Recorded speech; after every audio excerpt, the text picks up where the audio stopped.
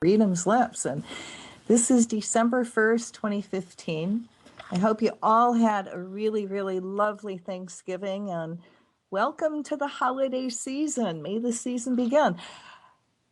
Please, if I can speak for all those little retailers out there, the mom and pop businesses, of which I am one, shop your mom and pop businesses. Don't give all your money to the big retailers. We really need your business to survive. You know, if it wasn't for you, we would not be in business. So please, at least do some of your business local. That's who you're supporting. And if you don't support your local businesses, you're not going to have them. It's that simple. And I'm speaking from one who is there.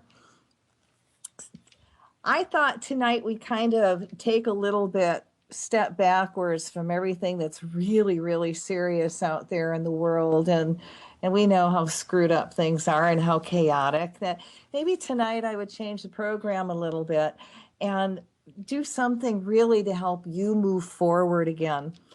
So I've got this wonderful author, Bratty, coming on, and she's the Amazon #1 bestseller who wrote the book From Chaos to Clarity. I mean, if that does not maybe describe some of your people's lives, I don't know.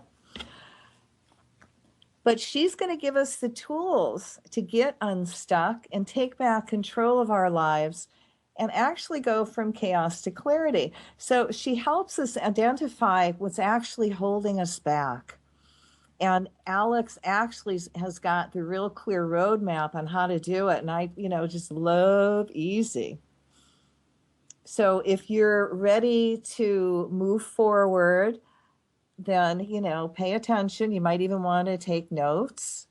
And then at the second hour, to help you keep the forward movement going, I'm going to do my curse removal energy balancing.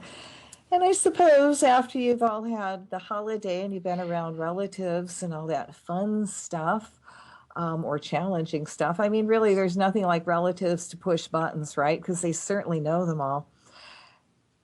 So to continue the forward movement, after Alex shares with us her knowledge, we'll do the curse removal energy balancing to clear out the way for you to help you keep moving forward in quantum time.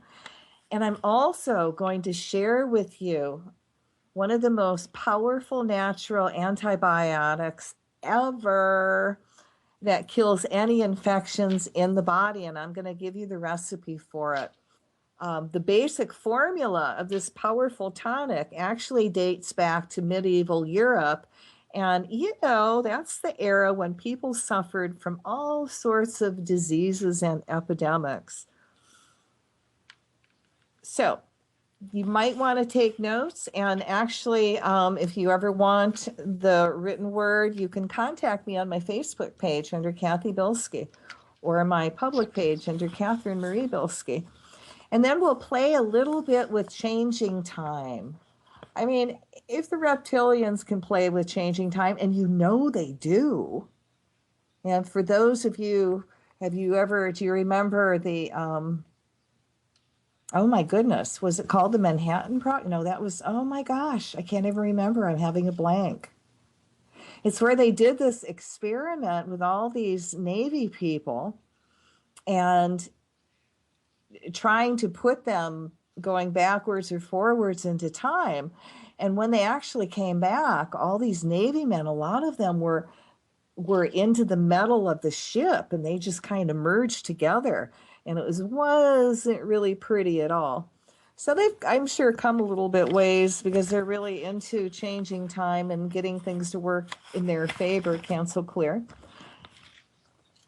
And then if we have time, we'll go down memory lane and just kind of bring up some things that we used to have happen to us as we grew up.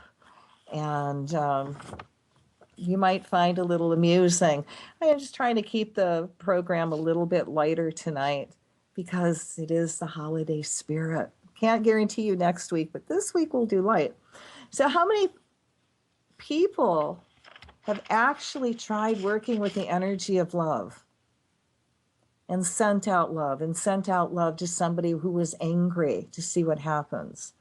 Or you saw a couple people fighting and maybe, really sent energy out to them to break up the fighting. Have you played with the energy of love? Have you worked with calling down the divine energy around people? I mean, that is so much fun, really. And as long as you put divine in front of it, you're calling down that aspect that those people need. For example, when my kids were looking for jobs, I would call divine peace, divine calm, because they certainly were, a little out there and upset and about finding a job. So I call divine peace, divine calm to descend down around them. May divine inspiration and divine forward movement, divine right action descend down around them. Because I wanted them to be divinely inspired to go out and look for a job. And I chanted that and thought about that, like when I was driving to work, and I just started calling divine peace, divine calm, divine right action, divine whatever, descend down around you now. And within 5 days, they all had jobs. And I also play with that a lot. I mean, you can use it anywhere, anywhere there's babies that are crying, especially in airports, on an airplane, or kids that are just out of body. But I love babies because they're the easiest. And you just call divine peace, divine calm, divine sleep to descend down around you now, and just chant that and watch that baby just, go to sleep, and they rest and they relax, and they certainly have stopped crying, which I don't know, works really well for me. And I'm sure everybody else that's around there, they're going, oh, thank you. So it's just little ways of raising that person's energy. And come on, because if somebody's really angry, they're not connected to the Creator, because if they were, they wouldn't, first get that angry, and they'd be able to look at the situation totally different. But when you get angry and you're disconnected, you really go hog wild. And when you're angry, your lack of light. So sending that person some divine love and divine energy helps raise them back up to that divine level where they can make really good decisions, and they calm down and they laugh at themselves. Now, like I said, two things can happen when you work with the energy of love. And, if somebody's in a room and they're really angry and upset and yelling and screaming, and you blast them with love. And I mean, not just go, oh, love, just imagine from every pore of your being that divine love to flow through. Imagine them in a pink bubble of light. And then to keep the energy high, I would even chant in my mind, love, love, love, love, love. But within 2 minutes, you're going to see they're either going to start kind of laughing at themselves and making comments why they were so crazy about being so angry in the first place, and they're going to resonate with you again. Or B, they leave the room. And either way works well for me, because if they're angry and they don't want to be loving, kind, and gentle, well, then let them leave, and you keep sending them the energy, but at least they're not in your face. And all they're saying is, right at this point in time, I just can't handle this energy. I got to leave. And that's okay. And you can even work with the violet flame, which I've talked about many, many times. And why do I repeat myself? Because it's so important that you do this or try it. And it's so simple and it's so basic. But that's it with spirituality. You start with the basics, and you start with A, and you get A, you get B, and if you get B, you get C. But it makes your life so much easier when you're connected with the Creator. And that kind of everything flows. And doors open. And people are nicer. And magic happens. And remember, this is Earth. This is the planet of magic. I love it. I never know what's going to happen. I wake up in the morning And it's like, oh man, I just can't wait to what you're going to show me and give me today, Creator. And what awesome people are you going to send into my store? That's exciting because it's always lovely. And that makes it more exciting, huh? But you can create that in your own life. Ask for it in the morning. I like to ask for things the night before. And I ask Spirit to help my day be organized and help me be efficient. And if I've got to make product, I ask them, please help me be efficient. And so I'm inspired to make product. Because sometimes when you're in your own business, it's just kind of easy to put it off to the next day. But if you don't do it, I mean, the little elves stopped coming to help me. They caught me with a box of Keeblers, and they've never been the same since. I think Alex is on the line. I see a phone. Yes, I am. Hi, Cathy. Hi, Alex. Welcome. How are you? I'm great. How are you doing? I'm doing wonderful, I have to say. What state are you calling from? I am in Las Vegas, so I'm calling from the grand state of Nevada. Is it warm there? Actually, no, it is pretty dang chilly. It's gotten pretty cold pretty quickly. I think El Nino is shaping up to be a cold winter, even in Las Vegas, believe it or not. I do. I've been there. So I won't tease you with my weather here in Hawaii. Ah, yes, I'm sure it's beautiful. It is. Alex, tell us a little bit about yourself. You wrote this incredible book, From Chaos to Clarity. How Yeah, did you? sorry, go ahead. No, go ahead. Just tell us about the background and how you came up with the idea to create this book. Absolutely, I'd be happy to. So, yeah, it's called From Chaos to Clarity, Getting Unstuck and Creating a Life You Love. And the reason I wrote it is because so many of us get stuck at some point in our lives. And I hear it all the time from my clients and when I'm out talking with groups. So many people find themselves with these feelings of frustration and anxiety about where their life is headed, or maybe they're burned out, stressed, overwhelmed, and they just don't know how to change where they're headed or how things are at. And I've been in that place. I've had all those feelings, and I know that stuck place. And so I wanted to write a book that addresses the issue head on and provides a roadmap for how to get unstuck and take back control so you can get your life moving again in the direction that you want. Well, let's start at the very beginning for people. How do they recognize that they're stuck, and what's an exercise that they can do to help them move forward? At the like the A. Here's the A.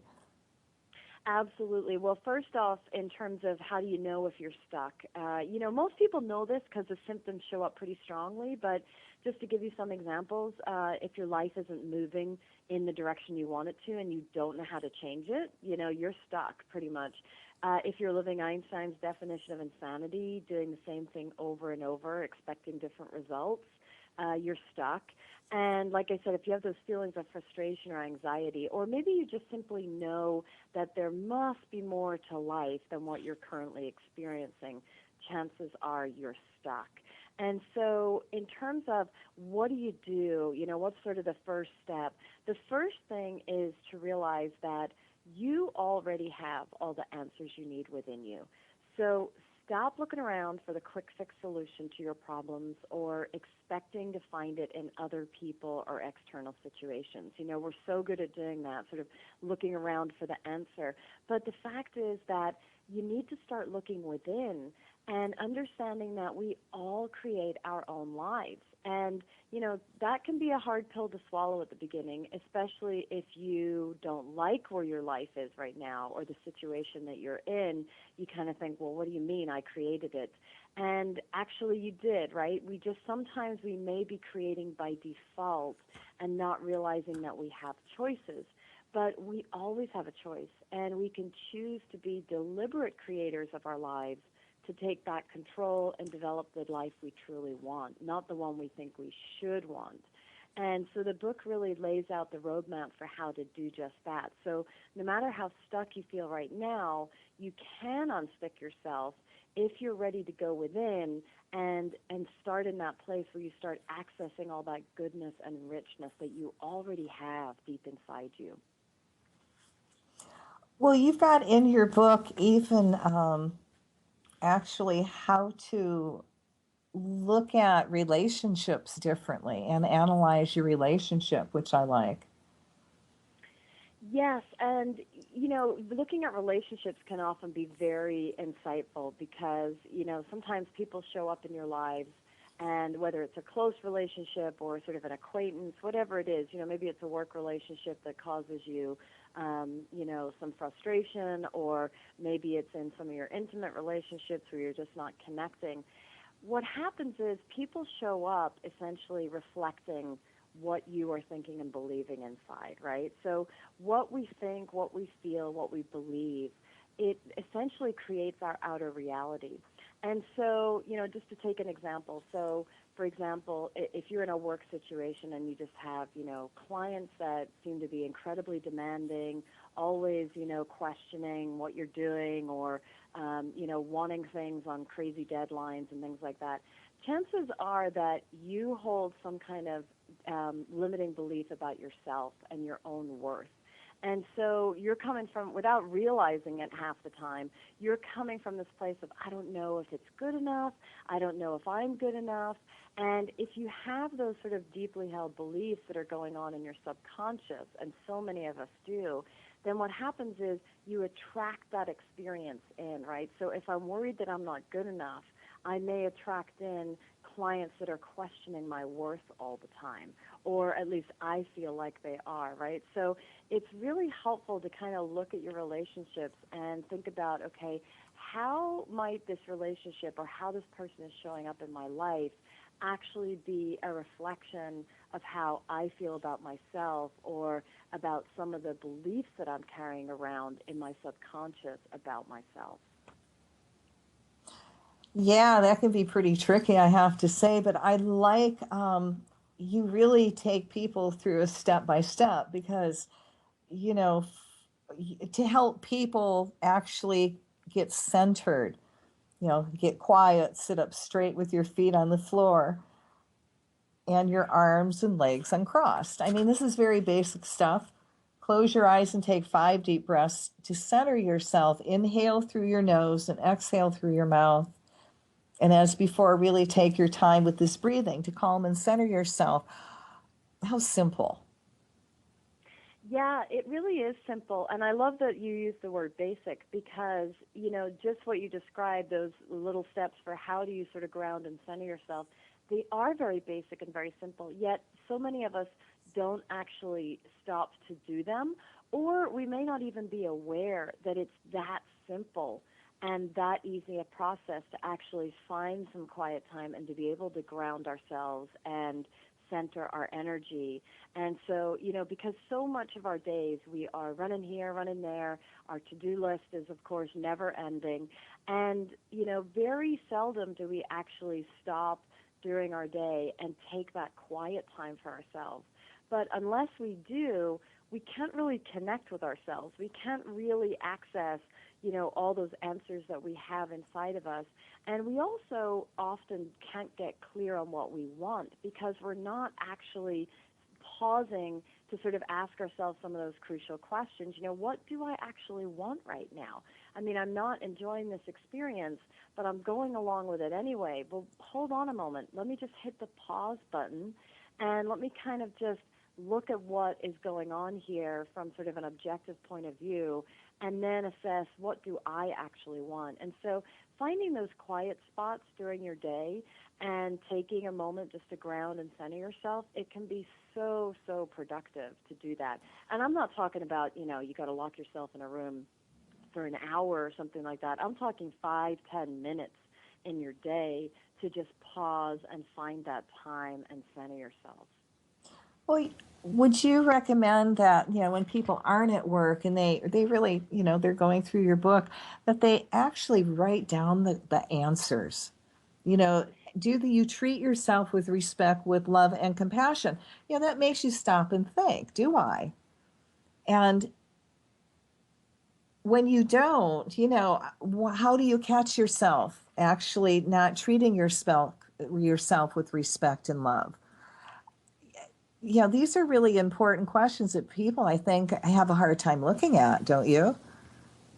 Yeah, and that's the thing, I mean, to answer your first question, I do recommend that people write down the answers. And in fact, if you get the paperback version, there's spaces and the various sort of step-by-step pieces where you can do just that. Or, of course, you can write it in a journal, that you have of your own.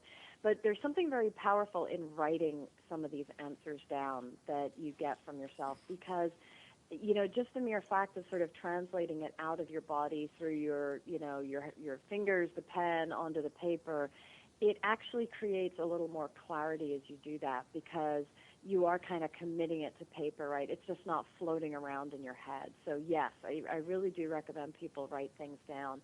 And in terms of some of the questions, and looking within, yeah, it can be a little scary at the beginning. And, people sort of feel like, oh my gosh, what am I going to find if I look in there? I don't know that I really want to spend time with myself. I'm a little scared what I'm going to find, sort of like there's this fear that there's a monster under the bed or something, right? But I have to tell you and your listeners that if you take that first step and just start, slowly becoming a little more self-aware, asking some of the questions that I have in the book, you actually are giving yourself back control. It's very empowering, because what happens is you will pull back sort of the curtain and be able to see some of those limiting beliefs that you're walking around with that are contributing to keeping you stuck. You'll start to see how some of those negative voices that you hear in your mind, right, that negative chatter that we all get that happens, how to quiet that and tap into your true self.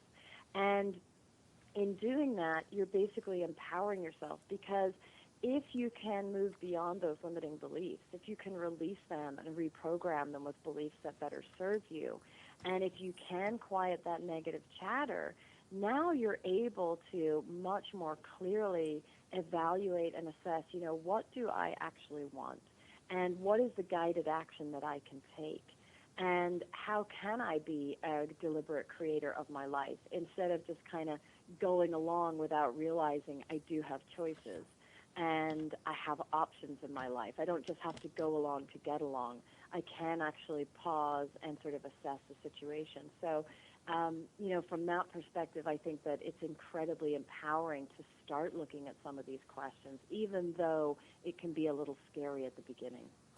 It is, but then again, I'm going to go back to your book, and I really like this part, because you've got to look into what you don't like and what doesn't work for you, what doesn't resonate.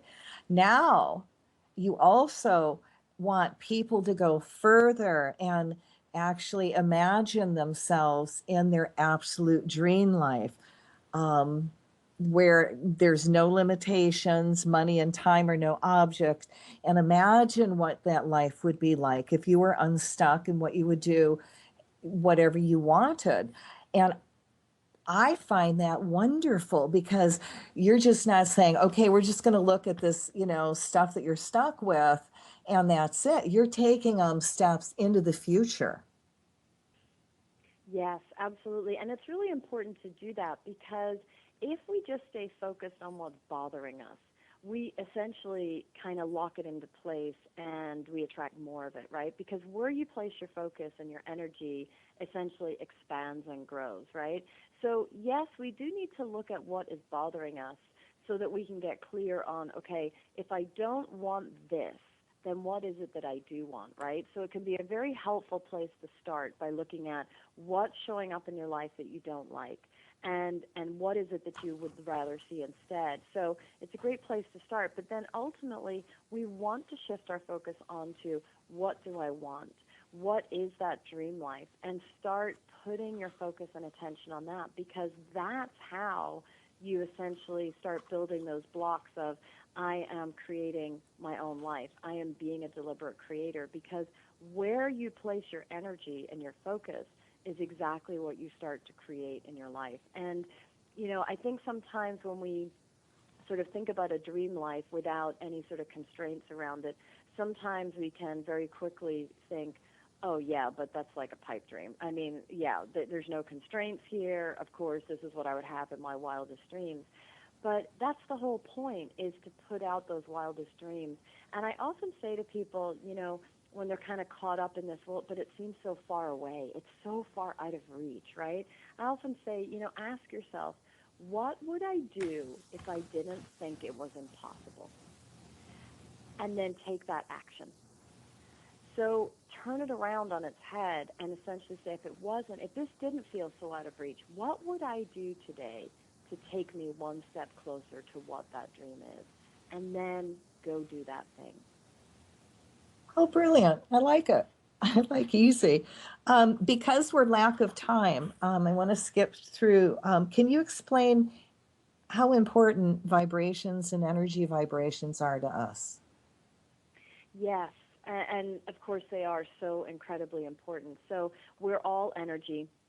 Everything in the universe is energy, even inanimate objects like the desk I'm sitting at right now. It actually has energy within it, because all of us, whether we're human beings or objects, at our base, at our very core, it's all subatomic particles that are all vibrating with some level of energy. And obviously with an object, it's vibrating very slowly at a low level of energy. And with a human being, it's very different, right? We have a lot of energy. And so we're all, as human beings, walking around emitting and sort of vibrating at certain energy levels. And that is determined by our emotions, which is essentially what we think and feel, right? And so what happens is, if I'm feeling, sad or angry or depressed or frustrated, those are emotions that are relatively low on what we call the emotional scale. And if I'm vibrating at that place, I'm essentially sending out a signal, almost like a radio frequency, out into the universe. And essentially, I attract other radio signals that match it, right? So when I was saying earlier, you kind of bring people into your life based on how you feel about yourself. It's the same thing with our energy and where we're vibrating. Is that, so if I'm really angry, I'm probably going to attract in someone who makes me more angry, or that perhaps contributes to me staying in that sort of angry, frustrated place. And I'm essentially going to experience the same thing over and over again. However, if I'm feeling, happy or content or optimistic, those are emotions that are further up that emotional scale. And the same is true there. I'm vibrating with that energy. I'm sending out that signal. And so I start to attract, good, happy, sort of positive experiences into my life, because that's the signal I'm sending out. So that's the signal that is picked up by frequencies that match it. And so it's so incredibly important to become aware of your emotions and essentially where your energy is at, where you're vibrating. And I'm not saying, if you feel bad, you got to sort of slap a happy sticker on it. I'm not saying that at all, because we have to honor our feelings, and, no feeling is bad. It's all very instructive. Because if you are feeling angry, if you are feeling frustrated, there is a message in that. Our feelings are sort of like a GPS for us to let us know, what's up here. Something is really out of alignment with me and, what I'm to be doing or what I want. And so, take the time to look at that and see where you're at with it. But realize that you have the choice to change it, right? And are you going to go all the way from angry to happy just like that? No, probably not. But if you just move a little bit, maybe you move from angry to irritated, or maybe you move from angry to just frustrated, right? That still means that you're kind of moving up that emotional scale, and your your vibration is shifting, and it's going to that sort of lighter, more positive place. And so that's why it's also important to be really aware of that, because being able to change that, being able to process that, it again contributes to you being able to be a deliberate creator. Cathy, are you there? Did I lose you? Oh, sorry, here I am talking, and yeah, I have I to wasn't remember. hearing you there. Sorry. Breathe a little heavier. Okay. Oh, no wonder why you weren't talking back. Um, let's jump to releasing the past and the negative. And you've got a really nice practice on accepting and release of the lower vibrating emotions. And do you want to read that to us? That it's on. Do you have your book in front of you? I do. I Page do. 71. One. You got it. Oh yes, it's your turn. Yeah. So in my books, just so for your listeners, at the end of each chapter, I have a little section called "It's Your Turn," where essentially I do kind of provide some of these exercises and questions to ask yourself. So this is what Cathy's asking me to read here. It's the "It's Your Turn" section from my chapter on releasing the past and the negative. So here it is. Try practicing acceptance and release of lower vibrating emotions. Think of a situation where you are holding on to blame or resentment. Just allow yourself to feel the emotion, even if it feels difficult or uncomfortable at first. Remind yourself that the feeling cannot hurt you. It's just a feeling, and it can be changed. Take a deep breath in, and as you exhale, just drop into the emotion. Just breathe into it. And remember to keep breathing. Take deep breaths in and out as you allow yourself to fully engage. Say to the feeling, I acknowledge you. I feel your presence. I know you are there. Now thank the feeling. Yes, you read that correctly. Thank the feeling, for the feeling is a message for you. It's a signal for you to pay attention. Thank the feeling for coming into your life so that you might better understand yourself. Now, still breathing deeply and with your eyes closed, ask yourself, what is the underlying thought or belief behind this feeling? Ask if the belief needs to be reprogrammed and if you can release the lower vibrating emotion. Listen for the answer and acknowledge it. Now exhale deeply and release the feeling by saying, thank you for being here, but I no longer need to feel this way. I release this feeling. I feel that releasing just in reading it. That's why I asked you to read it. Yeah. So now, like I said, we're short of time, so I'm trying not to lag because I want to get in as much as your book as I can. And now going to talk about embracing the positive and the possibilities. So can you explain that? Yes, absolutely. So once you get to this point, so my book is sort of a step by step, right? And so it gets into the whole reprogramming the limiting beliefs, listening to that higher self, your true self voice that you have instead of that negative chatter, releasing the past and the negative, like I just read from the book. And once you kind of have moved through those steps, then you really truly are in a place where you can genuinely embrace the positive and the possibilities. And part of that is essentially being open to receive. And what I mean by that is, we really can only receive what we allow ourselves to have. So again, and this is why clearing those limiting beliefs is so incredibly important. If you have some kind of limiting belief in your subconscious that says, well, I don't deserve to have that. I don't deserve to be loved in this way, or I don't deserve to make this amount of money, or I don't deserve to have a beautiful house, I mean, whatever it is, you're not going to get it. You're not open to receiving. And being open to receiving is such a crucial part of this because how can anything come to us unless we are open to receiving and open to the possibilities and also asking for what we want, right? I mean, it sounds so basic. Well, of course I ask for what I want. Do you? How often do you ask for what you want? So many of us don't, right? We're not very clear about what we want. We sort of expect that, other people will sort of read our minds and know what we want, or, in the larger scale of things, in terms of energy and what we're putting out there, we sort of think the universe might know what we want and bring us, the thing that's right for us. But unless we actually ask for it with specificity, we may get some sort of vague version of it, or we may not get it at all. And so, the embracing the possibilities is sort of like opening yourself up to receive and opening yourself up to there are unlimited possibilities. life doesn't have to be how it feels right now in this stuck place. You can actually move beyond it. There are unlimited possibilities for you. And so allowing yourself to sort of explore those.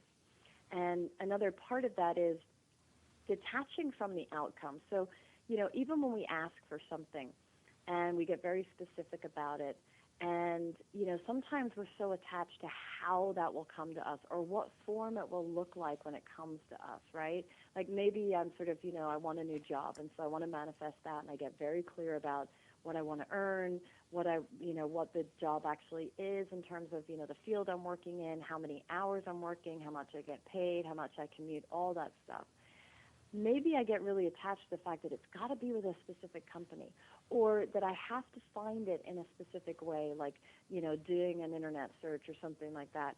When actually, if I sort of detach from the outcome of how this might come to me, or what the job, in its absolute form looks like, maybe it'll come in a whole different way because I'm opening myself up to possibilities. I may end up going for coffee and running into someone who works in that field that I want to get involved with, and I make this connection that, just seems like total serendipity. But of course it's not. I mean, there are no coincidences like that. Essentially, you have allowed that to come to you, and the opportunity has come in perhaps an unexpected way, but it's because you were open to it and detached from the actual outcome and how it would be delivered. Oh, I resonate with that. I always say often that, you will get what you want, but it's not ever going to look like you think it's going to look like when you get it, nor come from the direction you think it's going to come from. So true. So Oh, true. And we get so attached to what we think it will look like, right, that we actually can close it off. So absolutely, yes, totally resonate with that. how can people get your book? It's on Amazon. So if you just go to Amazon and just plug in From Chaos to Clarity, it'll pop right up. It's called From Chaos to Clarity, Getting Unstuck and Creating a Life You Love. And it's on there any which way you like it, in paperback, Kindle, and audio. Do you also do one-on-one work? I do. I am a coach, and I tend to work with folks who, of course, they feel stuck. Or, I work with a lot of professionals who are feeling very burned out or stressed or overwhelmed and looking for a better work-life balance, or perhaps looking to make an actual transition from where they're at into something completely different. And that sort of burned out, stressed, overwhelmed feeling is a version of being stuck, right? You're kind of like stuck on the hamster wheel, as it were. So I do a lot of coaching around that. And, if anybody wants to get in touch with me, my website is alexbratty.com. That's spelled ALEXBRATTY.com. So, can you talk a little bit about finding your calling and a higher purpose? So many people come in, I would say, and they go, what is my purpose? What am I supposed to do? What do you Yes, say to that? absolutely. Yeah, and I think, isn't that sort of like our ultimate question in life? What am I supposed to do? What is it that I'm to be doing in this lifetime? And so I think it is an important thing to understand, what is my purpose or my higher calling? But I think it's really important to realize your higher purpose or your calling can take many different forms, right? It doesn't have to be what you do for a living. And I think a lot of people think that, okay, I figured out my higher purpose, so now I got to go and figure out how to make money doing it. No, it actually doesn't have to be that. It can be a hobby you love. It can be a charity or a cause you feel passionately drawn to. I mean, it may become, how you derive your income, but it certainly doesn't have to be. I mean, what's really important is that it's about what sparks motivation and desire within you, right? What drives you to want to be involved in something. And so that can take a number of different forms. And in my book, there is a chapter on this in terms of, excuse me, how do you figure out your higher purpose and your calling? And essentially, sometimes we think it's like it's sort of this, silver bullet answer that's going to come to us in a flash. And of course, sometimes we do have those moments, but you can work through this and actually do it in a very simple way. And I do have a process in the book for that, where it's sort of, you take each part of your life and look at, what you want in it, why you want that, and how you want to feel when you have it. And as you look at different parts of your life, what happens is you start to see common themes emerging about what you want, and what really kind of sparks you and gets you going and sort of, is a sort of an area of passion for you. And then you can overlay it, excuse me, I'm sorry, struggling with my throat this evening. You can overlay that then with some of the skills that you have, some of the talents that you have, the knowledge that you already have, and you can start to create almost like a, not to get too geeky, but we all remember our Venn diagrams from, when we were in fifth grade or whenever we learned those. You start to overlay these things and start to realize, okay, these things that I'm passionate about and that I want in my life, if I overlay those with the skills and the talents and the knowledge that I already have, I start to find little sweet spots of how I can actually make it happen.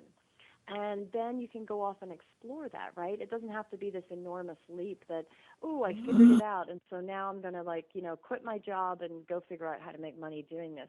No, you can go and, try it out in a much smaller scale and just bring that part of your life, bring that, that joy, that passion into your life. So, maybe you discover that you love, want to really would like to work with animals and you're not doing anything like that at the moment in your current life.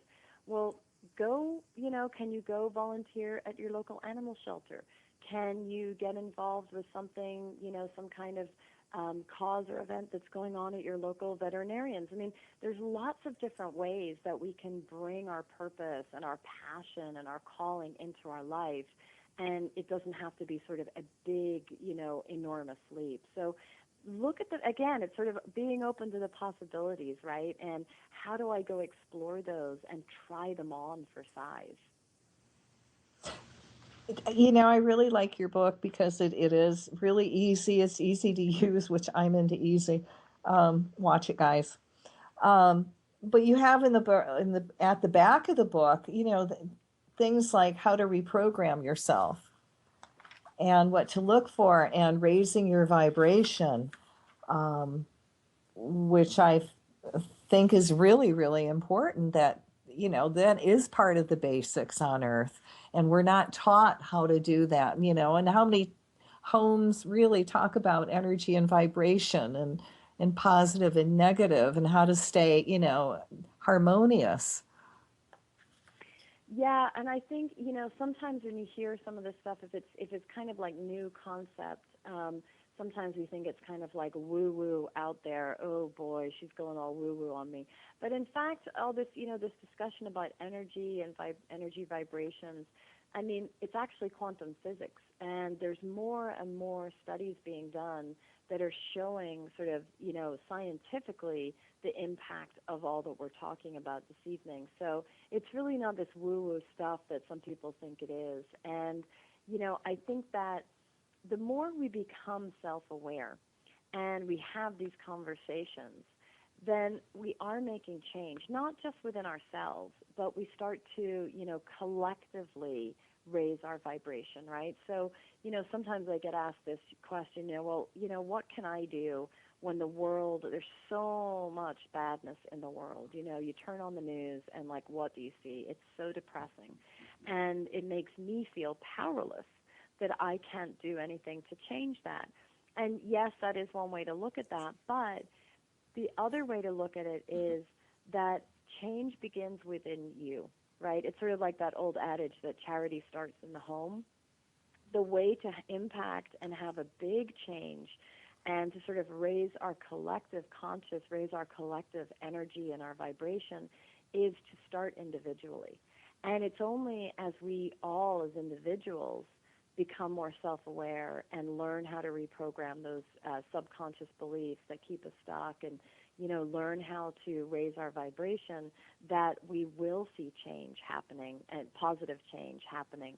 So it just is, it's so important to put one step in front of the other and start your journey, start to become more self-aware, because the beauty of it is you're empowering yourself. All you're doing is making yourself stronger and more powerful in the sense of creating what you want. So there's only an upside to this.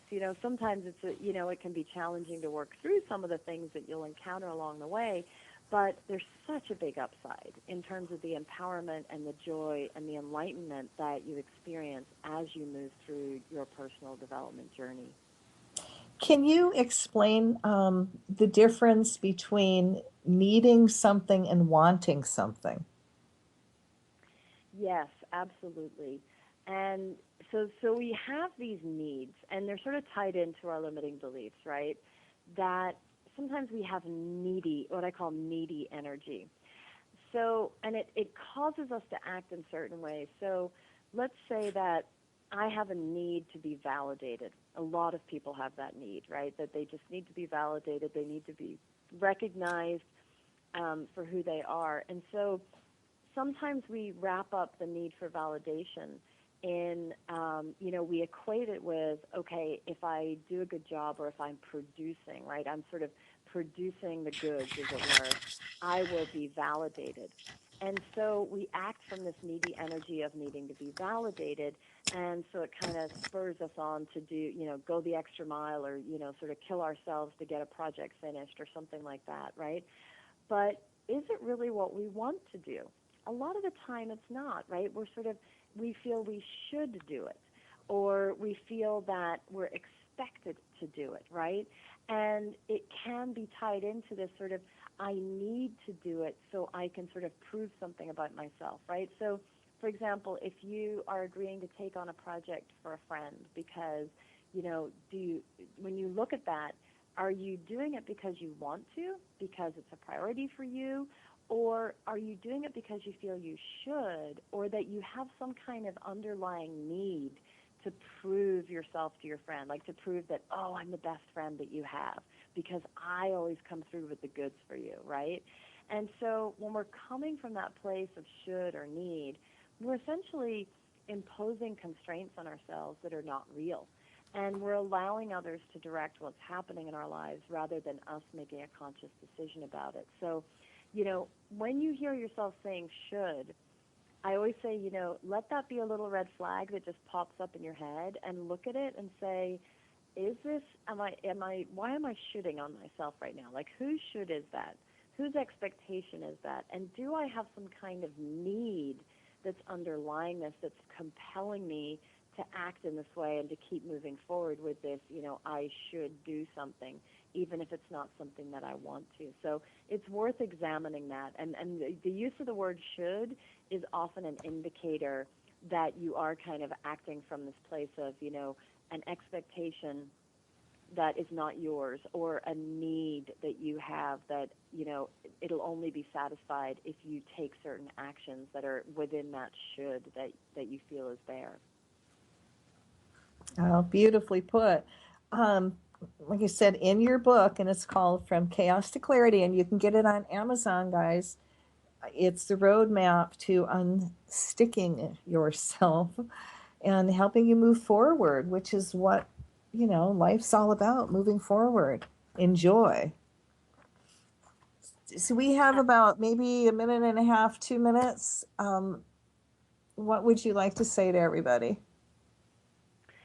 I think the key thing is truly, truly recognizing that you do have all the answers that you already need to get unstuck, right? They're in you, that you just have to go inwards to find them and create the life that you truly want. And just 3 quick steps to just get started with that.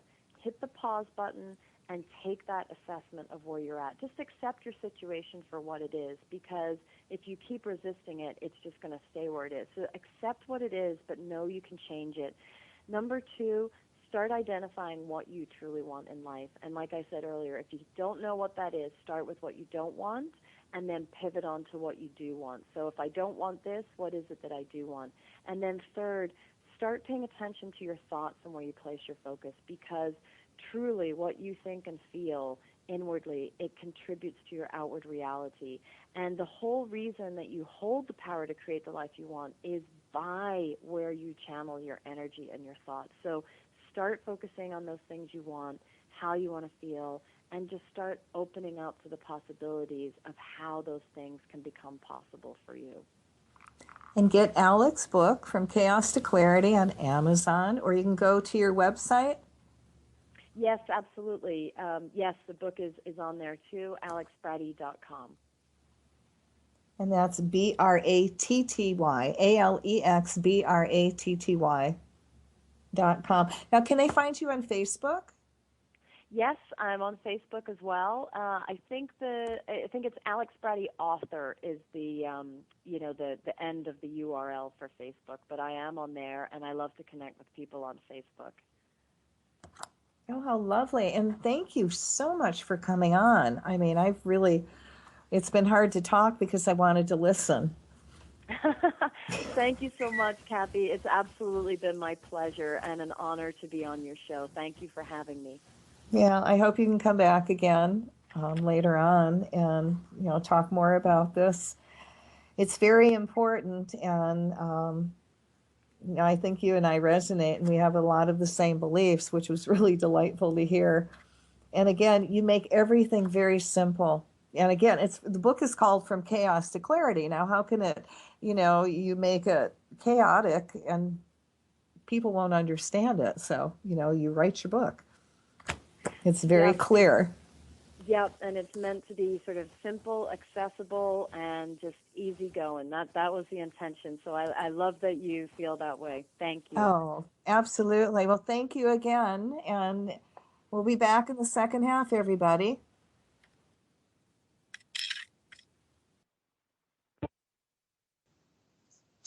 Well, welcome back, everybody. This is Cathy Bilsky, the Quantum Leap Let Light Unite show, December 1st, 2015, the second half. Now, this half, I was told you I was going to share with you the formula for the most powerful natural antibiotic ever. So let's get with it. And, a few of you might want to get your pen and papers out. And if you don't want to take notes, if you contact me on my Facebook page, I can send you the whole paper on this or take really good notes. Okay. So the Master Cleansing Tonic is actually an antibiotic that kills gram-positive and gram-negative bacteria. It also has a powerful antiviral and antifungal formula and increases blood circulation and lymph flow in all parts of the body. This plant-based remedy is the best choice for the fight against Candida. Now, usually I have to say that I don't usually share things with people unless I try it first, but this is so credible. I just couldn't wait to share it with you. And I am going to make this weekend, okay? So the tonic has helped many people to cure many viral, bacterial, parasitic, and fungal diseases, and even plagues. Its power should most certainly not be underestimated. It can cure many chronic conditions and diseases, encourages blood circulation, and purifies blood. This formula has helped millions of people throughout the centuries to fight the most deadliest diseases. The secret is in the powerful combination of high-quality, natural, and fresh ingredients. To sum up, this tonic is effective in the treatment of all diseases, successfully strengthens the immune system, acts as an antiviral, antibacterial, antifungal, and antiparasitic medicine, assists in the most severe infections. All right, so here we go. This is a master tonic recipe. Now, you might want to wear gloves during the preparation, especially when handling hot peppers, because it's difficult to get the tingling off your hands. Now, be careful, its smell is very strong, and it may stimulate the sinuses instantly. So these are the ingredients. 24 ounces apple cider vinegar, and always use organic. 1/4 cup finely chopped garlic. 1/4 cup finely chopped onion. 2 fresh peppers, the hottest you can find. And like we said, be careful with the cleaning and wear gloves. 1/4 cup grated ginger. 2 tablespoons grated horseradish. 2 tablespoons turmeric powder, or 2 pieces of turmeric root. So I'm going to give you the ingredients one more time.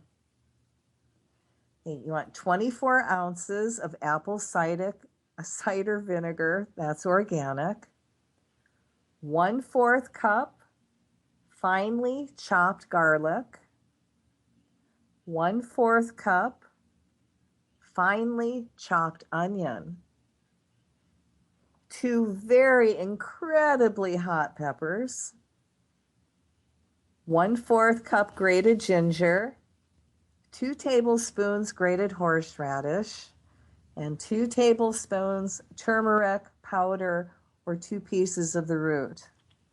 So this is how you prepare it. Combine all the ingredients in a bowl, except for the vinegar. So you transfer the mixture to a mason jar. Pour in some apple cider vinegar and fill it to the top. So it's best if 2/3 of the jar consists of dry ingredients and you fill in the rest with vinegar. You close it well and you shake. Keep the jar in a cool and dry place for 2 weeks. Shake well several times a day. And after 14 days, squeeze well and strain the liquid through a plastic strain. For better results, put a gauze over it and squeeze well so the whole juice comes out. Now use the rest of the dry mixture for cooking.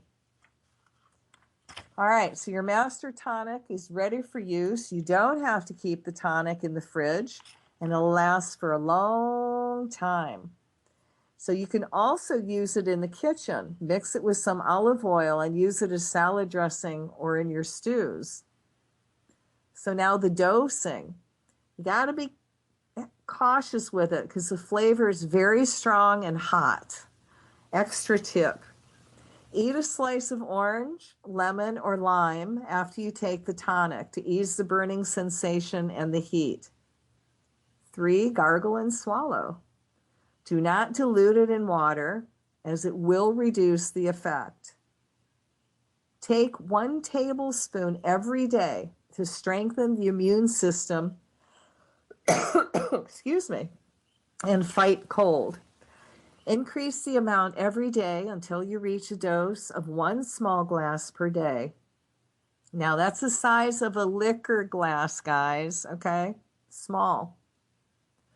If you struggle against more serious disease or infection, take 1 tablespoon of the tonic 5 to 6 times a day. So this is safe for pregnant women and children, but you use in small doses because the ingredients are all natural and it contains no toxins.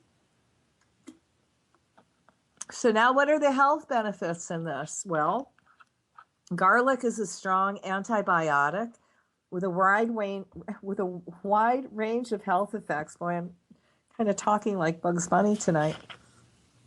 Now, unlike chemical antibiotics that kill millions of friendly bacteria your body needs, its only goal is bacteria and microorganisms. Garlic also encourages and increases the level of healthy bacteria.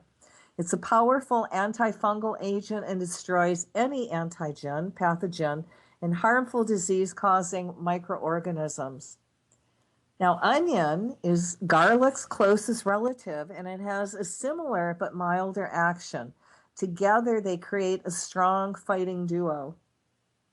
Horseradish is a powerful herb, efficient for sinuses and lungs. It opens sinus channels and increases circulation, where common colds and flu usually begin, as most doctors would agree. Now, ginger has powerful anti-inflammatory properties, and it's a very strong circulation stimulant. Chili peppers are the most powerful circulation stimulators. They just send their antibiotic properties to fight the diseases where it's most needed. Now, turmeric is the most perfect spice.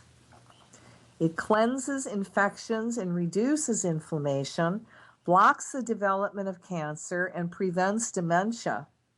It's especially useful for those who struggle with joint pain. And then we've got good old apple cider vinegar. Now, there must be something very healthy in the use of apple cider vinegar, as the father of medicine, Hippocrates, used vinegar around 400 BC because of its healthy properties.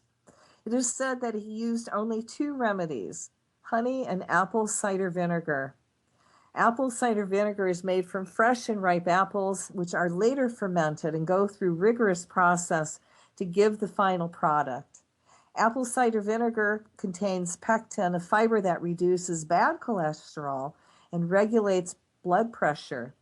Health experts agree that people need more calcium as they get old.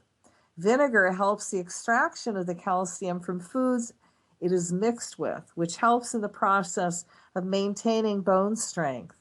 Potassium deficiency causes a variety of problems, including hair loss, brittle nails and teeth, sinusitis, and runny nose. Apple cider vinegar is rich in potassium. Studies have shown that potassium deficiency results in slow growth. All of these problems can be avoided if you use apple cider vinegar regularly. And the potassium also removes toxic waste from the body. Now, beta carotene prevents damage caused by free radicals, maintains skin firm and young. Apple cider vinegar is good for those who also want to lose weight. It breaks up fat, which supports a natural weight loss process. And apple cider vinegar contains malic acid, efficient in the fight against fungal and bacterial infection. The acid dissolves uric acid deposits that form around the joints and thus alleviates joint pain. Dissolved uric acid is later eliminated from the body.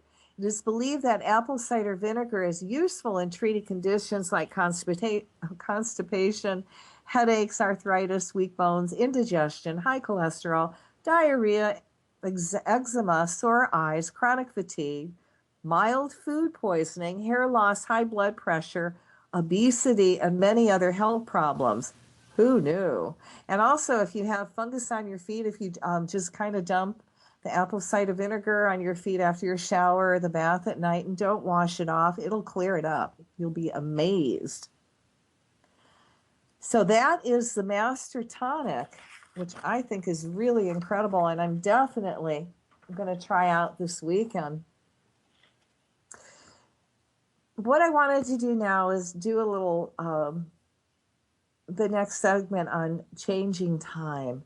And you know, the other side tries to change time all the time, and that's what people have said about the big CERN Hadron Collider project, that not only are they trying to work with time and change time, but also to allow some really nasty demons and lower entities onto the planet. So it was brought to my attention how important our thoughts are and how we do create our own reality, you know, like Alex was talking about in the first part of the program. And I recently watched a video lecture by Lord Ramtha through J.Z. Knight. And one thing that stood out was what he said, what we do, time travel already, and much of what will soon be discovered was planted by us now in the past. Boy, that sounds like the movie Back to the Future. So I'm going to say that one more time. It's kind of like messed with your mind.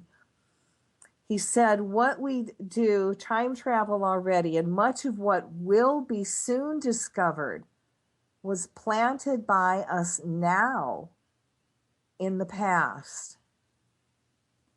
Now, if you remember Back to the Future, that's a movie about going backwards and forwards in time and how you can change the future by a misplaced sneeze in the past.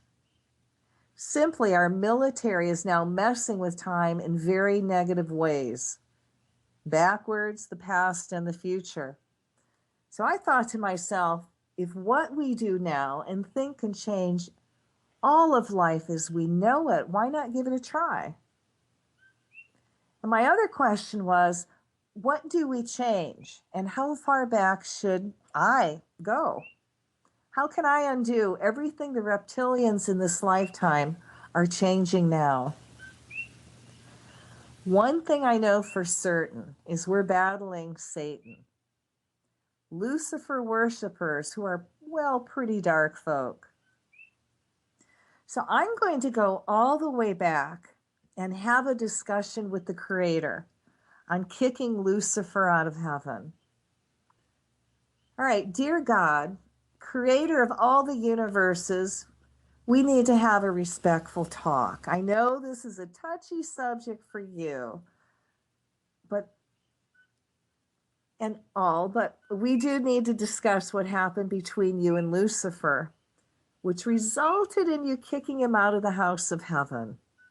I do feel your pain for Lucifer. He was one of your favorite angels who developed a really bad God complex and went just a little wild. Maybe you spoiled him a little too much. I mean, he was your favorite after all.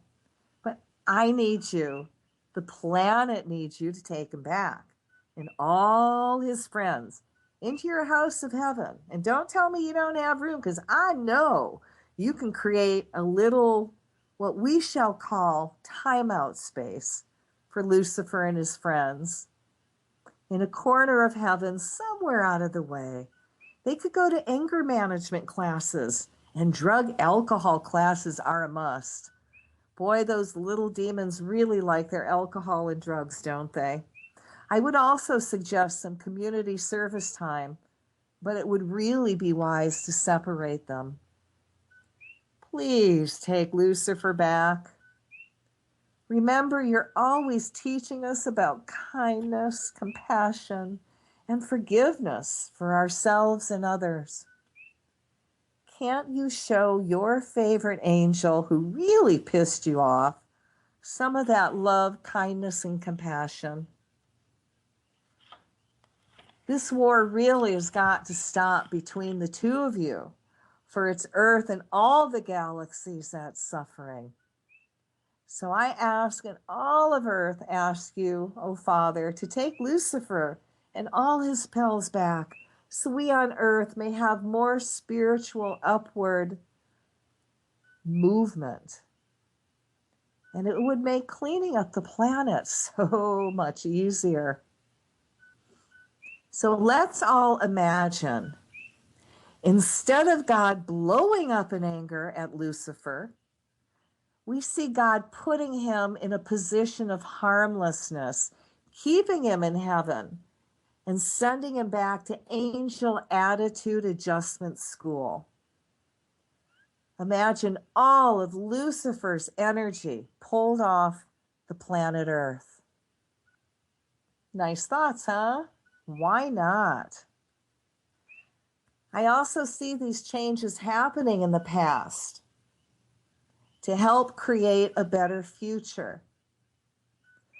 So imagine all reptilians or ETs coming to Earth, and they have their divine God brain opening and functioning, allowing them to become feelers, having emotions, expressing compassion and kindness to all life forms on the planet Earth.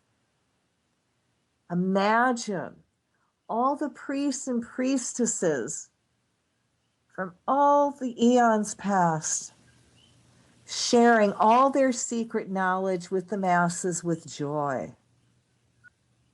Imagine all the great libraries of knowledge flourishing with students from all walks of life, and that the libraries overflow with books and wisdom of the highest, sharing all secret knowledge with all who wish to learn. Oh, now this is one of my favorites, okay. So now we're going to imagine Hitler's parents showing him much love and encouragement for Hitler to actually be able to express his art. He goes to art school and is given much positive support He becomes successful in the art world. He loves Jews, Poles, Gypsies, and Slavic people, with many of them his best friends. Imagine the Illuminati becoming their name, the real enlightened ones, with no thought of world dominance in the energy fields, but the keepers of knowledge, which they freely share with the world. And as we go back in time, we see Tesla being sent a divine spiritual investor who sees all his inventions, all the worth of his inventions, and backs them. The world now has free energy. Tesla and his backers become one of the biggest humanitarians on the planet, his inventions only being used for the good and all life forms.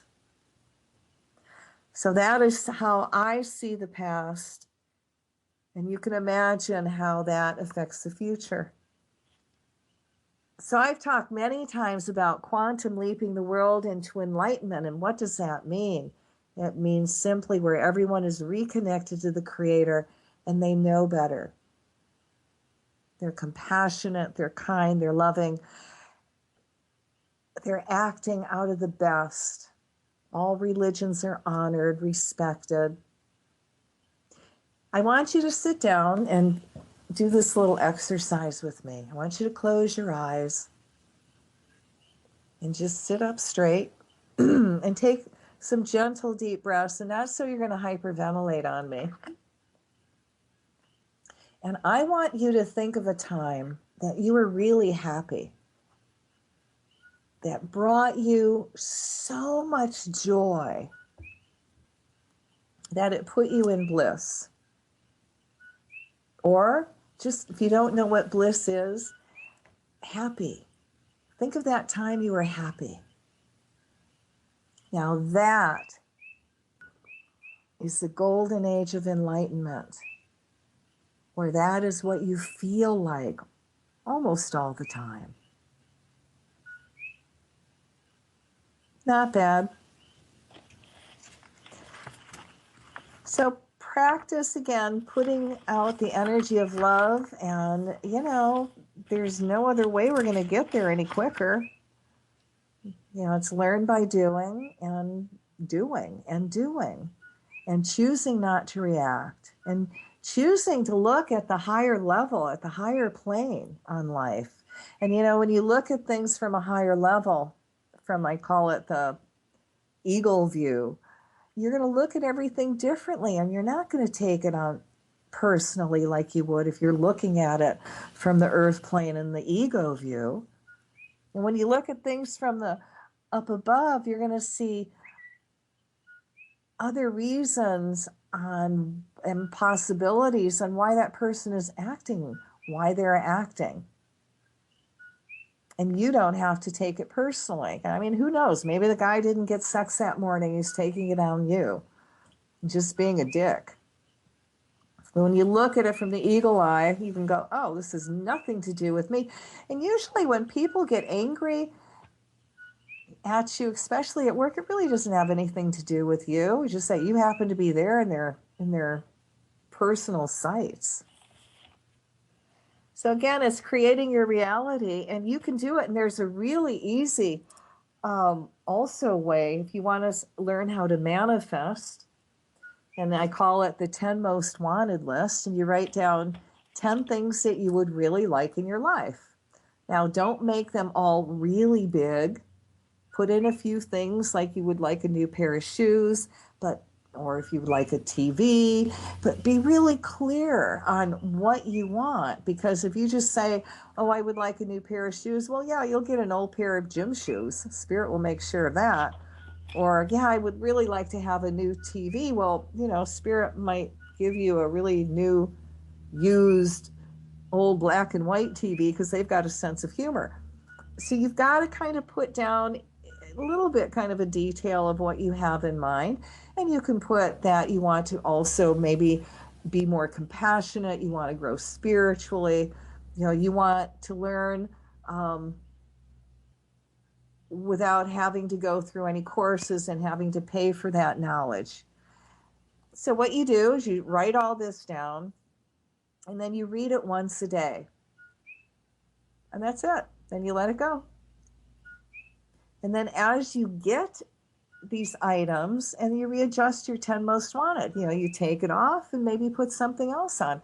And when you've learned that you can manifest, you don't really need that list anymore. And if you really start walking down that spiritual path and being good and kind and doing your mission, Spirit will provide it. You just think it and Spirit will bring it to you. It's very, very cool. So talk about path. I thought it would be fun tonight to go down memory lane. And if you're 30 or older, you might think this is really funny. I did. Now, when I was a kid, I remember the adults, used to bore me to tears with their tedious language and their talks about how hard things were when they were growing up, walking 25 miles today every morning to school, uphill, barefoot, both ways, yada, yada, yada, blah, blah, blah. And I have to admit, I'm 62 and I could even say some of this, but I remember my neighborhood when I was young. We had to walk to school, whether it was rain, snow, whatever. And man, it felt like it was like 10 miles away. And how could my mom and dad be so mean as to make me walk all those miles? It was probably not even a mile. When you get older, you really do look at it at a new perspective. So I remember promising myself when I grew up that there's no way in hell I was going to lay a bunch of crap like this on my kids about how hard I had it and how easy they've got it. But now that, I'm over 60 or 30, I can't help but look around and notice the youth of today. And God, do they got it easy, huh? Really, compared to my childhood, they live in a darn utopia. And, I hate to say it, but the kids today don't know how good they have it. And let me ask you if you relate to any of this. Okay. Now, when I was a kid, we didn't have internet. And if we wanted to know something, we had to go to the darn library and actually look it up ourselves in the card catalog. And God, you can't lose that library card nowadays because it does cost you $10 to replace it. Now, way back then, there was no email. I actually had to write somebody a letter with a real pen. And then I had to walk all the way down the street and put it in a mailbox, and it would actually take a week or longer to get there. And back then, stamps were 10 cents. Now, Child Protective Services didn't care if our parents beat us. As a matter of fact, the parents of all my friends also had permission to kick our ass. Nowhere was safe. That old adage, it takes a village to raise a family? All right, well, my neighborhood was the village. So we didn't have MP3s or Napsters or iTunes. And if you wanted to steal music, you had to hitchhike to the record store and shoplift it for yourself. Or you had to wait around all day to tape it off the radio. And then the DJ would usually talk over the beginning and screw it all up. There were no CD players. We had tape decks in our cars. We'd play our favorite tape. And then It would take 20 minutes. You have to take 20 minutes to rewind or fast forward it to where we actually wanted it. Oh God, do you remember going backwards? Oh, I gotta want to play that one more time and then rewind it and eject it when finished. And then the tape would come undone, rendering it useless. Because, hey, that's how we rolled, baby. We didn't have fancy crap like call waiting either. Now, if you were on the phone and somebody else called, they got a busy signal, and that was it. There weren't any freaking cell phones either, and if you left the house, you just didn't make a darn call or receive one. You actually had to be out of touch with your friends. Oh my God. Think of the horror. Not being in touch with somebody 24/7, doesn't that bring tears? And then there's texting. Right, please. You kids have no idea how annoying you are. I mean, really, y'all get in a group together in a table and nobody talks to each other. You're all texting. And we didn't have fancy caller ID either, did we? I mean, when the phone rang, you had no idea who it was. It could be your school, your parents, your boss, your bookie, your drug dealer, the collection agent. You just didn't know. You had to pick it up and take your chances. I think the greatest gift that the phone company ever did for us older people was invent caller ID. I love it. Now, we didn't have any fancy PlayStation or Xbox video games with high resolution 3D graphics either. We had the Atari 2600 with games like Space Invaders and Asteroids. Your screen guy was a little square. You actually had to use your imagination. And there were no multiple levels or screens. It was just one screen forever. And you could never win. The game just kept getting harder and harder and faster until you died. Just like life. You had to use a little book called a TV guide to find out what was on. You were screwed when it came to channel surfing because you had to get off your ass and walk over to the TV to change the channel. No remotes. Oh my God, what's the world coming to? We didn't have Cartoon Network either. You could only get cartoons on Saturday morning. Do you hear what I'm saying? We had to wait all week for cartoons, you spoiled little rat bastards. And by the way, at my age, Mickey Mouse just came on.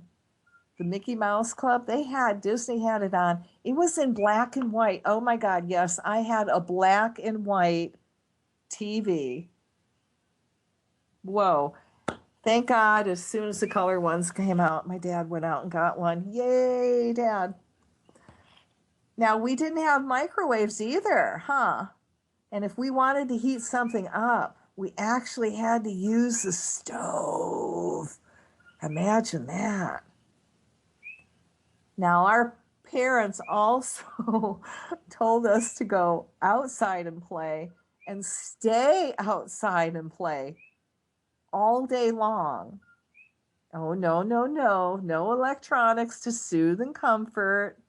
And if you came back inside too soon, you got stuck doing chores. How many of you remember all this? Yeah? And car seats. Oh my God. Mom threw you in the back seat and you simply hung on. If you were lucky, you got the safety arm across the chest at the last moment if she had to stop suddenly. And if your head hit the dashboard, well, that was your fault for calling shotgun in the first place. I mean, how many of these kids nowadays, I mean, look at their playground equipment. I don't know about you, but when I was at the playground equipment, I mean, they put it over asphalt. Asphalt. Yeah. Okay, you got the swings over asphalt, the monkey bars over asphalt, all the climbing stuff over asphalt. But, thank God you got to play the football and the baseball. That was on grass. But all the playground equipment, asphalt. I mean, how many of the kids, how many of you guys actually had slides that were made out of metal? And it was hot going down because the sun would heat up the metal. Or you would go and get wax paper and slide down it on wax paper, and oh my God, or old cardboard. But after wax paper, cardboard, you never went back, right? And then the chains that were on the swing, they were real chains. I mean, how many of you got your fingers got pinched because of those really cool chains? Oh my God. Talk about the kids having it easy. Really? I mean, how many of these young kids you think would have actually lasted 5 minutes back in the 70s, the early 80s, or any time before? Yeah. Yep. Not many, I don't think. So this is Revolution Radio, and it's very listener sponsored. And I know it's a season, but if you don't help us out with donations, we won't stay on the air. How simple is that? And we appreciate everything you give to us throughout the year. And we're happy with anything. So, even the cost of a Starbucks cup of coffee, just go to their website, look up their donation button, and give. It's the season. And like I always say, if you are stuck and you're not moving forward with your money, then try something different. Try giving. And that creates space for the universe to start helping you bring that flow in. And they've also got some really cool products that you can buy. And you can also get our old shows. So, it's a mutually beneficial relationship. You can either buy a product or actually donate. And we appreciate it. Like I said, if it wasn't for you, we would not be on the air. So, if you can, open up your heart and give a little bit. If you want to find more about me, then you can find me and my incredible angel light healing tools on my website. That's www.angelliteom.com. It's ANGELITEOM.com. And I have all my angel light healing tools there. And if you don't know about angel light, it's the most incredible healing stone on the planet. And I was allowed to discover the healing properties. And I've actually had to get rid of burns and bruises overnight and heal cancers and tumors and cysts. And when I broke my little finger, I made myself a splint out of Band-Aids and angel light. And I healed it in 3.5 weeks, which is nothing for a broken bone. If you take a piece of angel light, which is a mineral, and you put it in water, it'll slowly dissolve. And if you drink the water, which is real mineral water, your bones will get stronger. Your hair will actually get thicker and start to grow. And I know after 4 kids, my hair stopped growing. I mean, they suck the life force right out of you and the minerals and all that good stuff. And was baby fine after I started getting angel light inside. My hair got thicker. It started to grow, and now it's down by my rear. And I'm 62 and my hair is still growing. I want the Godiva hair, and I'm getting it. So, if you're missing minerals, you might want to get a raw piece of angel light to put in your water.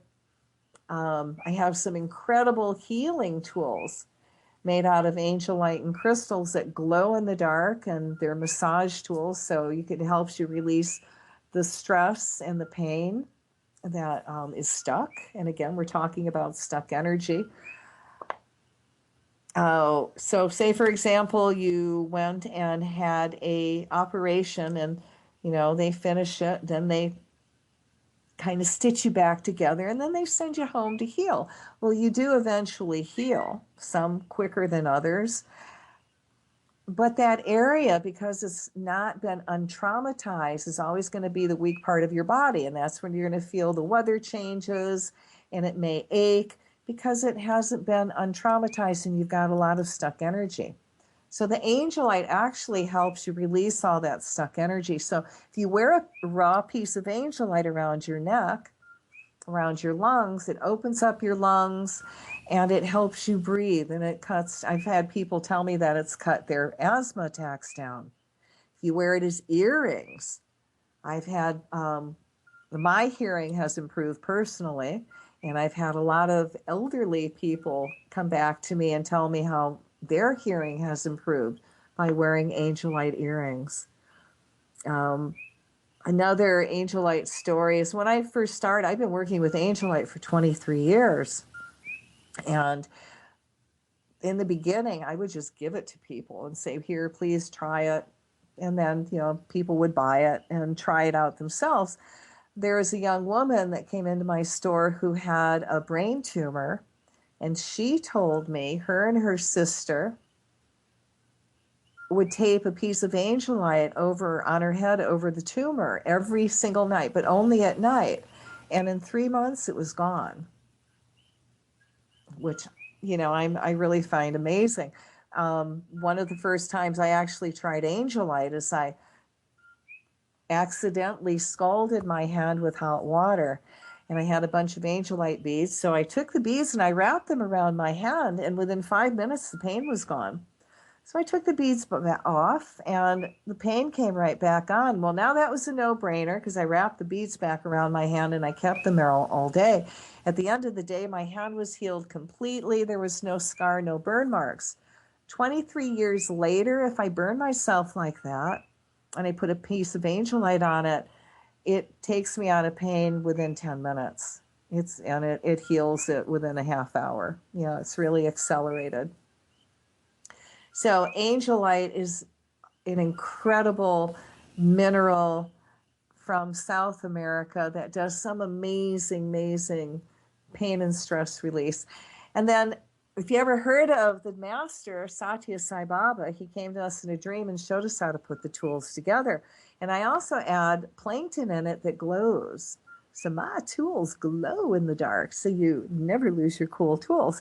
And don't tell me it's not the dream of every guy to have a glow-in-the-dark hammer. Yeah. Well, glow-in-the-dark tools are really cool. They glow all night, and you never lose your cool tools. So you might want to check out even the angelite at your local rock shop. And if you can't find it, you can always call me, contact me on my website with all my cool products, or you can call me at my store in Hawaii, and it's called Cathy's Angelite Crystals, Miracles, and Joy. And I'm in Honoka'a, that's on the Big Island with the active volcano, but I'm not on the side with the active volcano. And my phone number at the store is 808 775 9400, and I'm there between 11 and 4 Hawaiian time. So if you do call, I have caller ID. Yay for modern things. And I will call you back. Or you can contact me on Facebook. And I have Cathy Bilsky as a regular page. And if you go to my public page, Catherine Bilsky, you can leave remarks, ask questions, ask for things, ask for shows, tell me what you think about the show. And then I have my store page, Cathy's Angelite Crystals, Miracles, and Joy, where I've got my products. You can also find me on Google Plus and Twitter. And I think we're good. Oh, YouTube. Yay. I have a lot of my shows up on YouTube. And I've done a lot of my shamanic work that's also up there. If you want to do the curse removal, which I forgot to do, didn't I? Oh, that's why I have extra time. Well, I am so sorry. I apologize.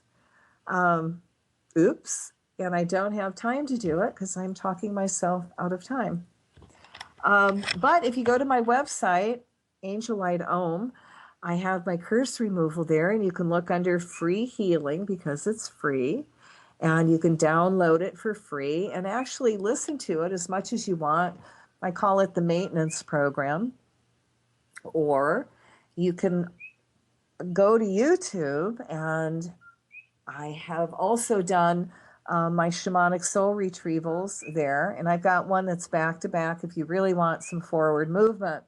And what a soul retrieval is taking back all your energy that you've given away or people have taken from you, with or without your permission, from all your incarnations, your past, present, future, planetary.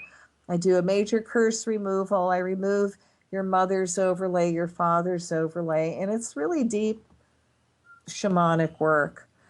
If you ever want to do more personal work, you can call me on my phone, my store phone, and we could arrange a time at 808-775-9400. I do a lot of things over the phone because I'm on an island and I have to.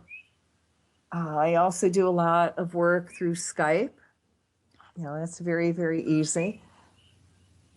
So either the curse removal, energy balancing, or the soul retrievals. And then I also do spiritual readings for those that are in need.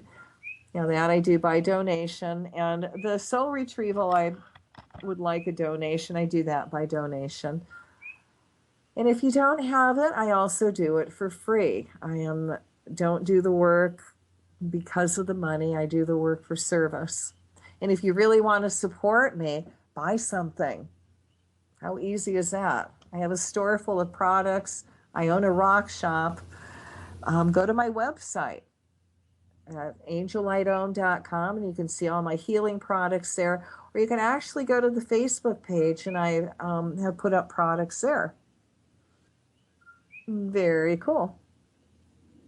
Now, what really, rocks and stones that you probably could use, this holiday season, the angel light for healing.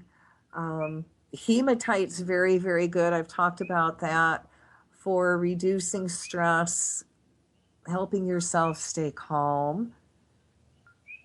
And let's see, if you want a big change, you might want to carry a piece of tektite around, and that's a meteorite.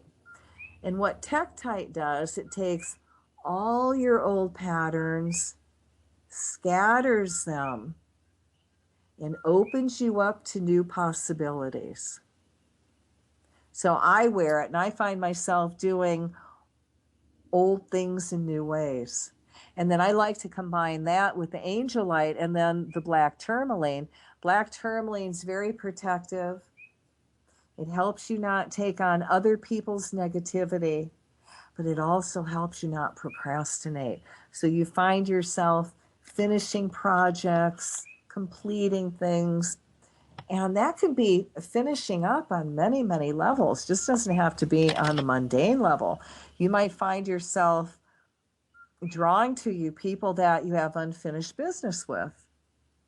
So just finish it. Look at it that way, that you have things to complete. I know when I see people that I haven't seen in years, I ask, boy, do we have karma to clear? And I just act that way. And I bless them. And I will also say verbally, forgive me for everything I have done to you in the past, present, future. And please forgive me for anything. I forgive you for anything that you've done to me in the past, present, future. And that's it. And I might give them a little crystal and have a little chat, and they're on their way. Now, if you want to draw money situations to you, Tiger Eye is lovely. I love that for drawing money situations. It also strengthens your will. And then you got the different colors of tiger eye. So the blue kind of softens it and it opens up your throat chakra. And then the gold is the normal tiger eye. And then you got the red tiger eye, and that's kind of like, forward movement, really going into fourth gear. Now, if you want to kind of really jumpstart your knowledge and your memory from what you've forgotten in the past, you might want to work with a malachite. Now, malachite holds all the Earth's records. So what I do is you get one that has a bullseye on it, a circle, and you take it and you put it on your third eye, and you imagine yourself going into a malachite cave. And the deeper you breathe, the deeper in the cave you go. And if you're very sensitive, now remember, you've got this on your third eye and you got your forehead, and it's going to feed you information. And it might feel a little intense if you're very sensitive. For me, it feels like lightning bolts going in to my brain, and I can only handle it for maybe 4 or 5 minutes at a time. But what will happen is you'll have a lot more ahas. It's going to help you remember what you've forgotten. Because you just don't wake up in a lifetime going, oh my God, I'm going to be a gardener. Oh my God, I'm going to be a tarot reader. Oh my God, I love numerology or the planets. You've done it before many lifetimes, and it's a memory. And when you read those books, it's just helping you remember what you've forgotten. And that's what the malachite does. It helps you remember what you've forgotten. So if you're in herbs, you might go, oh my God, I understand, I get it. Okay? And if you've just been through a bad relationship or you need to heal your heart, you might want to go get some rose quartz. That's the pink stone. It helps you develop unconditional love, love of self, love of others. And it's a very lovely heart healing stone. Now, if you wanted to really connect with the master teachers, you might wear a piece of lapis lazuli, and that opens up your higher chakras, your heart chakra, your throat, your third eye, and your crown chakra. And it helps you connect with the master teachers. So if you wanted to be more creative, you would gravitate to the amethyst crystal, which is the purple one. And that opens up the right side of your brain.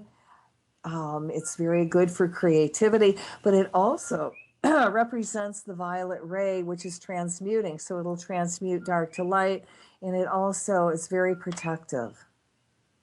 And if someone really doesn't like to express themselves with love and they hold all that energy in, you might want to give them an amethyst crystal to hold so they can express. And it's also a good one to use if you're trying to get over an addiction. Now, on the left side of the brain would be clear quartz if you wanted more logic, digital, more energy. It amplifies the positive. But if somebody is a drama queen or king, you would want to give them a clear quartz crystal, because now that helps them detach from their emotions. Wow, Liz, I think we're the commercials. We're going overtime, aren't we? Well, yeah, there we go. Few How's that for seconds ending? late. Well, happy week, everybody, and I hope you manifest your heart's desires. And Brasso's on next week. So I hope you catch him. Free online gazing. Aloha.